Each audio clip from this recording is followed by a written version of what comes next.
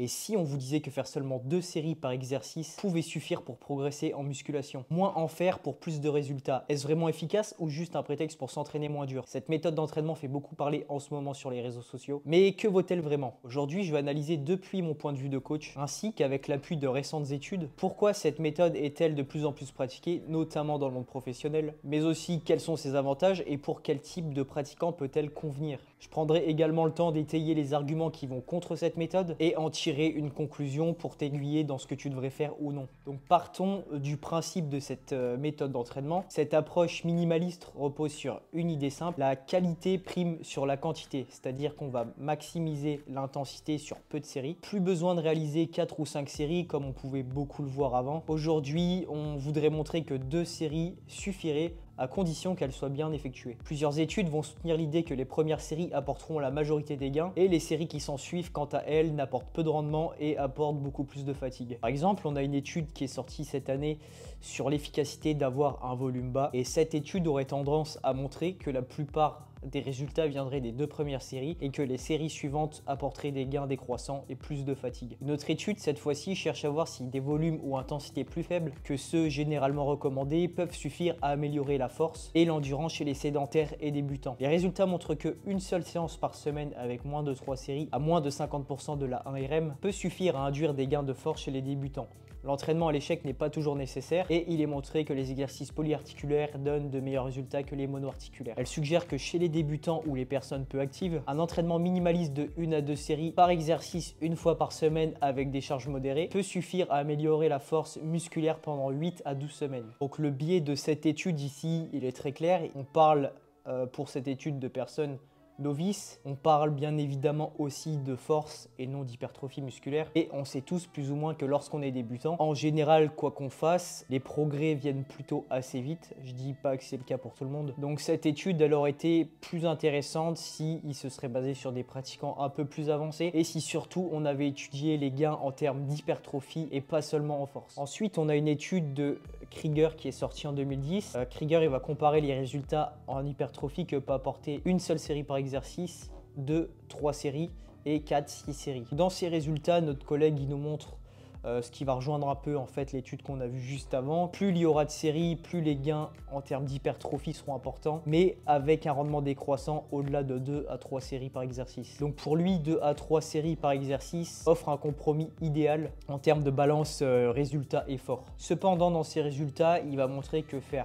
entre 4 et 6 séries par exercice cette fois-ci, ça peut apporter un supplément en termes de gains hypertrophiques, mais que c'est pas hyper significatif. Et en fait, qu'au-delà de 4 séries, les gains deviendraient plus marginaux et en revanche, on accumulerait beaucoup plus de fatigue. Donc pour le coup, cet article, je le trouvais pas trop mal. C'est pas seulement une étude, c'est une méta-analyse, donc c'est un regroupement de plusieurs analyses. Donc c'est bien par rapport à ça, on peut apporter des éléments avec beaucoup de recul et d'analyses qui ont été faites sur ça. Dernière étude, cette fois-ci, elle est japonaise. Cette étude, elle a comparé l'efficacité que pouvait apporter en hypertrophie une seule série unique et 3 séries. Donc c'est un échantillon de personnes qui ont été divisées en 2 groupes. Cette étude, elle montre que les 2 protocoles, c'est-à-dire faire une seule série contre 3, ont tous les 2 amélioré la force et l'hypertrophie. En revanche, le groupe ayant exécuté 3 séries par exercice ont eu des meilleurs résultats en termes de croissance musculaire et en force. Donc cette étude, elle nous dit quand même qu'une série, ça pourrait passer pour ceux qui débutent, mais en revanche, faire 3 séries serait préférable si on veut optimiser ses gains. Elle nous dit même que des jours légers avec une seule série pourraient être inclus pour éviter le surentraînement et favoriser l'adhésion. Donc résultat en termes de chiffres, 3 séries ont produit 60% de plus de gains musculaires et des progrès en force légèrement supérieurs. Donc tu vois que mine de rien, si tu veux optimiser ta prise de muscle, la quantité ça compte quand même.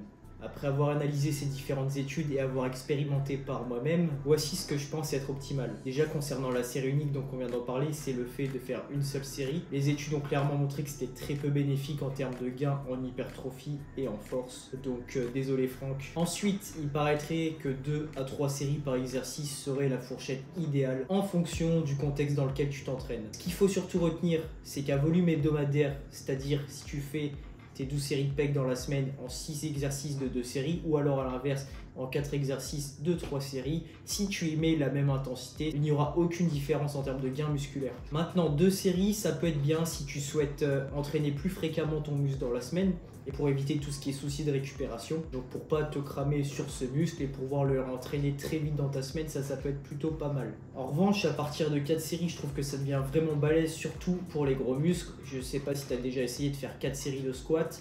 Bien lourd, bien intense, c'est rare que tu gardes le même nombre de reps, la même intensité au fur et à mesure des séries. Ce format-là, je le réserverais plutôt aux petits muscles ou alors pour le travail des points faibles, par exemple, pour accumuler plus facilement du volume. Maintenant, tu vas me dire pourquoi les pros s'entraînent avec uniquement 2 séries par exercice. C'est vrai qu'on voit de plus en plus de bodybuilders dans le monde professionnel qui utilisent ces techniques, tout simplement pour mieux gérer la fatigue et le stress que peut induire le travail en haut volume. À leur niveau, il est net qu'ils soulèvent plus lourd, donc leurs muscles, leurs articulations, leurs tendons, leur système nerveux en pâtissent. Donc s'ils veulent éviter la blessure et durer, c'est clairement pour eux la méthode la plus optimale. C'est vraiment un cas très spécifique. Maintenant, pour un pratiquant plus lambda, 2 séries c'est ok si tu veux t'entraîner plus fréquemment et que tu veux optimiser ta récupération. Moi par exemple 2 séries je le réserve pour des groupes musculaires qui sont pas en priorité. Donc par exemple je vais faire une série avec une fourchette de 6-8 répétitions et une autre de 10-12 voire plus. Donc retiens que le principal c'est d'avoir ton volume global sur toute la semaine, donc entre 8 et 12 séries par muscle, ça peut être un peu moins, ça peut être un peu plus. C'est surtout en fonction de tes capacités de récupération. 3 séries pour les gros exos, je trouve que c'est vraiment pas mal en variant les fourchettes de répétition. Par exemple une série